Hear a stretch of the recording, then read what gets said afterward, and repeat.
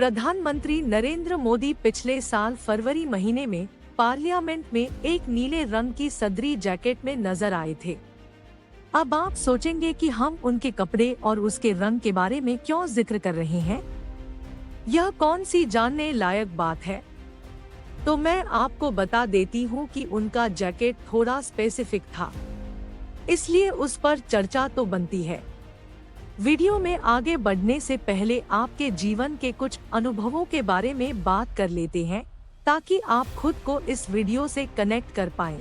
Police station, road के किनारे या अपने गली मोहल्ले में बंद और कबाड़ हो चुकी गाड़ियां आपने जरूर देखी होंगी। बचपन में आपके मन में इन कबाड़ हो चुकी गाड़ियों को देखकर यह विचार जरूर आए होंगे कि इन गाड़ियों को सड़ाने से अच्छा मुझे दे देते। कबाड़ पड़ी गाड़ियों को देखकर आज भी आप इसे संसाधनों का वेस्टेज मानते होंगे। आप सही हैं। ये संसाधनों का वेस्टेज तो है ही, साथ साथ पर्यावरण और आपके स्वास्थ्य की हानि भी है। दरअसल इन गाड़ियों के मैन्युफैक्चरिंग के टाइम बहुत से ऐसे एलिमेंट डाले जाते हैं जो स्वास्थ्य को नुकसान पहुंचाने वाले होते हैं। जब ये गाड़ियां कबाड़ बन जाती हैं, तो बारिश के पानी के कारण नुकसान पहुंचाने वाले एलिमेंट रिस के गाड़ी से निकलते हैं और लैंड वाटर में जाकर उसे पोल्यूट करते हैं, और उस पोल्यूटेड वाटर को पीकर हम बीमार पड़ते हैं। अब आपके बचपन के दूसरे अनुभव को थोड़ा टटोलते हैं। यदि आप 2-3 भाई बहन होंगे तो आपने देखा होगा कि जब कोई कपड़ा बड़े भाई बहन को छोटा हो जाता है तो फिर उसे बीच वाले को दे दिया जाता है, और जब उसे भी छोटा पड़ जाता है तो उसे छोटे भाई बहन को दे दिया जाता है, और अंत में आपकी माताजी उस कपड़े का यूज तकिया बनाने में कर देती होंगी। उस कपड़े का जब तक संभव हो सका तब तक उपयोग किया गया। ये हमारे लिए हंसने वाली और थोड़ी नॉस्टैल्जिक बातें हैं, लेकिन इस कॉन्सेप्ट पर ही दुनिया का भविष्य टिका हुआ है। इकोनॉमिक्स में इसे सर्कुलर इकोनॉमी कहते हैं। सर्कुलर इकोनॉमी में एक वस्तु का हर संभव यूज किया जाता है। 3 तरह की इकोनॉमी होती है, एक लीनियर इकोनॉमी, दूसरी रिसाइकल इकोनॉमी और तीसरी सर्कुलर इकोनॉमी।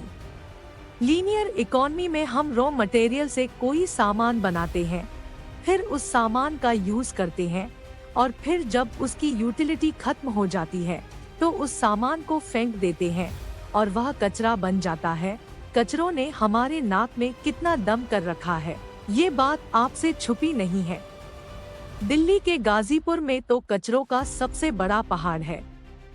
हमारे शहर कचरों से भरे हैं और आए दिन उन कचरों के ढेर में आग भी लगती रहती है। कचरों के इन प्रॉब्लम से बचने के लिए रिसाइकल इकोनॉमी का कॉन्सेप्ट लाया गया। रिसाइकल इकोनॉमी से तो आप भली भांति परिचित होंगे। हमारी मम्मी लोग जीन्स देकर किस तरह बर्तन खरीदती हैं, वो आपसे छुपा नहीं है। इस जीन्स को रिसाइकल करके फिर से जीन्स बनाया जाता है। अभी वीडियो के शुरुआत में मैंने प्रधानमंत्री के नीले जैकेट की जो बात की, वो भी रिसाइकल इकोनॉमी का ही प्रोडक्ट था।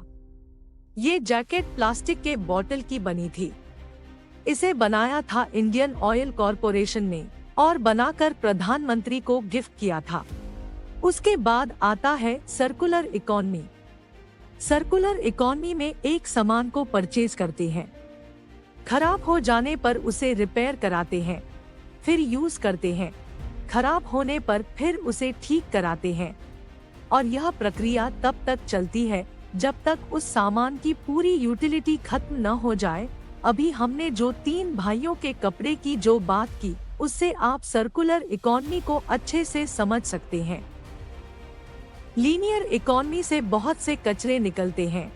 रिसाइकल इकोनॉमी से कचरों के समस्या का थोड़ा सा निदान हो जाता है, लेकिन सर्कुलर इकोनॉमी कचरों की प्रॉब्लम का बहुत हद तक समाधान कर देती है। क्लाइमेट चेंज हमारे सामने आज सबसे बड़ा क्राइसिस है। इसका सीधा रिलेशन हमारे कंजम्पशन से है। हम जो कोई सामान यूज करते हैं, उसके बनने के लिए जंगल काटे जाते हैं, भूजल का दोहन होता है और बहुत सारे कार्बन डाइऑक्साइड सहित हानिकारक गैस निकलती है। इसका मतलब यह नहीं है कि हम चीजों को कंज्यूम करना छोड़ दें, लेकिन हमें एक जिम्मेदार नागरिक होने के नाते सर्कुलर इकोनॉमी को अपनाना चाहिए। पिछले साल पर्यावरण को बचाने के लिए हुए COP27 की मीटिंग में सर्कुलर इकोनॉमी को अपनाने की बात की गई थी। अमेरिका के एक स्टेट ने तो राइट टू रिपेयर का अधिकार ही अपने नागरिक को दे दिया। भारत में भी राइट टू रिपेयर पोर्टल बनाया गया है ताकि सर्कुलर इकोनॉमी को प्रमोट किया जा सके। इसके अलावा सरकार ने एक स्क्रैपिंग पॉलिसी लाई है। इस पॉलिसी के अंतर्गत यदि आप अपनी पुरानी गाड़ी को जमा करते हैं तो आपको नई गाड़ी लेने में बहुत से टैक्स बेनिफिट मिलेंगे। स्क्रैपिंग पॉलिसी से यह हुआ आपका निजी लाभ।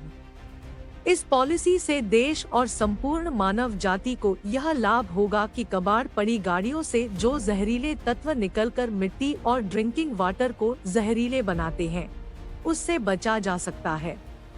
अब स्क्रैपिंग पॉलिसी से देश को जो लाभ होगा वो भी आपका ही लाभ होगा, क्योंकि देश भी तो आपका ही है ना।